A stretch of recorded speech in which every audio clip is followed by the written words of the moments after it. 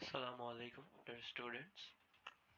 আমি তোমার সকলের প্রিয় আসাদ স্যার। তোমরা এখন দেখছো ভূগোল প্রথম পত্র প্রথম অধ্যায়ের ক্লাস প্রাকৃতিক ভূগোল। আসো আমরা এই অধ্যায়ে কি কি জানবো তা আগে জেনে নিই।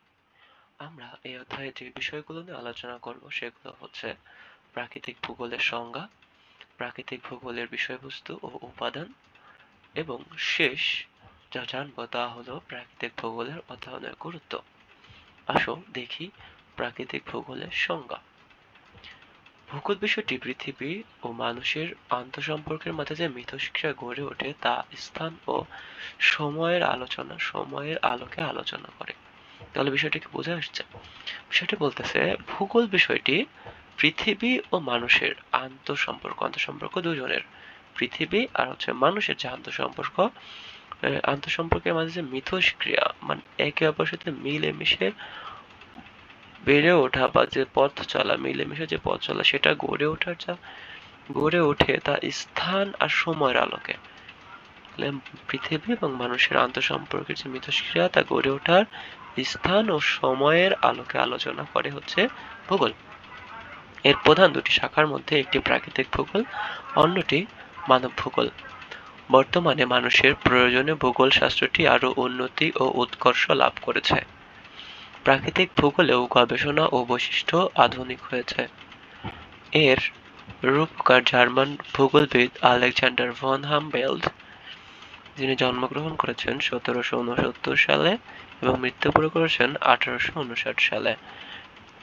একদিকে পরিবর্তনশীল সমাজ, অন্যদিকে সতত পরিবর্তনশীল প্রাকৃতিক উপাদান ও জীবজগৎ।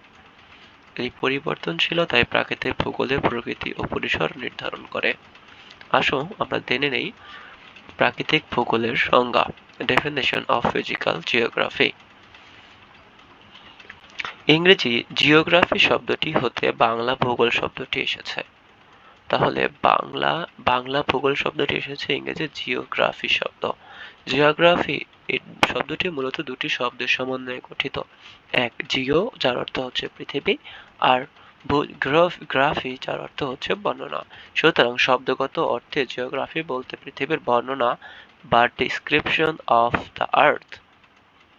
তাহলে আর একবার একটু জেনে নেই, জিওগ্রাফি শব্দটি থেকে এসেছে ভূগোল, ভূগোল শব্দটি, এবং জিওগ্রাফি দুটি শব্দের সমন্বয়ে গঠিত। একটি হচ্ছে জিও যার অর্থ ভূগোল বা পৃথিবী, গ্রাফি অর্থ হচ্ছে বর্ণনা। সুতরাং শব্দগত অর্থ যদি আমরা বিবেচনা করি তাহলে জিওগ্রাফি অর্থ বলতে আমরা বুঝি যে পৃথিবীর বর্ণনা, ইংরেজিতে যদি বলতে চাই তাহলে ডেসক্রিপশন অফ দ্য আর্থ।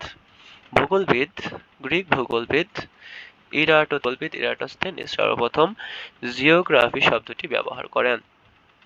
তাহলে এর পরীক্ষা যদি এরকম প্রশ্ন আসে জিওগ্রাফি শব্দটি সর্বপ্রথম কে ব্যবহার করেন, তাহলে বলতে হবে গ্রিক ভূগোলবিদ ইরাটোস্থেনিস। বিজ্ঞানের যে শাখা অধ্যয়নের ভূত্বকের উপরিভাগের ভৌত পরিবেশ ও এতে কার্যরত বিভিন্ন ভূপ্রাকৃতিক প্রক্রিয়াসমূহ সম্পর্কে জানা যায় তাই প্রাকৃতিক ভূগোল বা ফিজিক্যাল জিওগ্রাফি। ভূগোলের সংজ্ঞার আলোকে প্রাকৃতিক ভূগোল সম্পর্কে বলা যায়।